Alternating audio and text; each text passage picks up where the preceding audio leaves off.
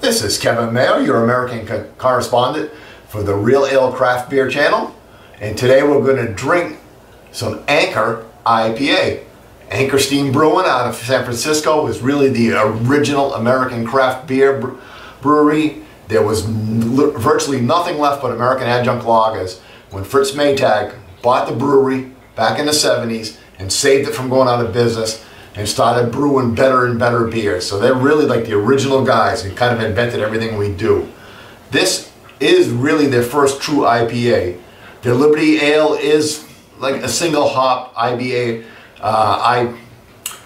single hop IPA that they've been brewing since the mid 70s, and they make the claim it's the first IPA brewed in America, but most people don't see it as that way.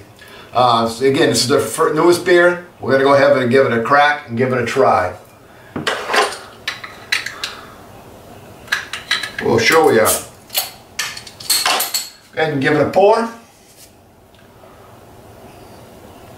They bitter hop this with 3 hops, and they will also dry hop it with another 5 for aromas.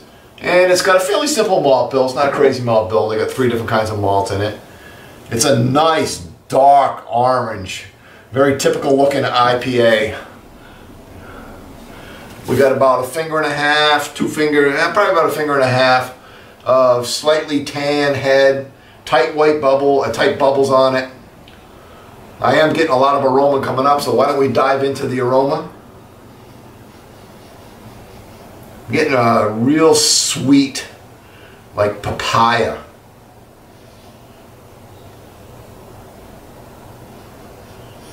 Getting some grass.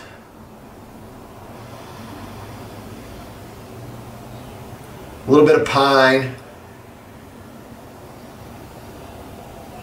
A little bit of malt, a little bit of caramel.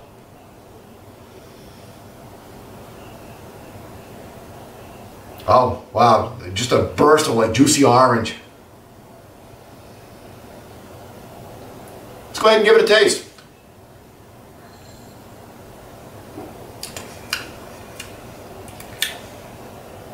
Interesting. A traditional English style IPA is malty with some bittering at the end. This kind of leans more towards that. The taste doesn't quite follow the aroma.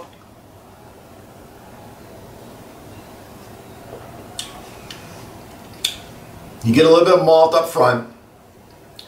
You get a pretty good waft of bitterness. I'm not sure what the IBUs are on it. I know it's like 5.6% ABV.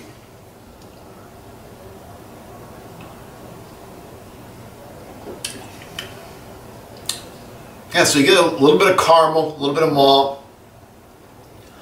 You get some resin. Like the tongue gets thick, it gets coated. A little bit of pine. It's got a real bitter aftertaste, but not objectionable.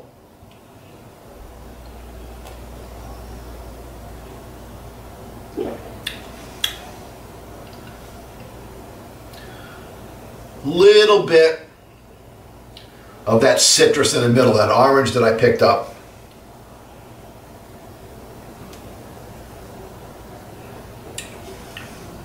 Overall, the taste doesn't follow the aroma that much. The aroma is a little bit more florally, a little bit fruitier. The taste leans more towards a traditional English IPA. I can see that the beer geeks are not going to go crazy for this beer because it's not an over-the-top IPA with, bursting with flavor. Much like I did, I was singing the praises of the Treehouse Brewing Haze with the very first review I did for Real Ale Craft Beer. And this is definitely a different take on an IPA. Much closer to the traditional English IPA. I like it a lot. I would give this a solid 85 out of 100. So it's a solid drinkable beer. And it's probably more sessionable because it's not overwhelming with flavor. You just sit there and enjoy it and drink it. Till next time, keep drinking.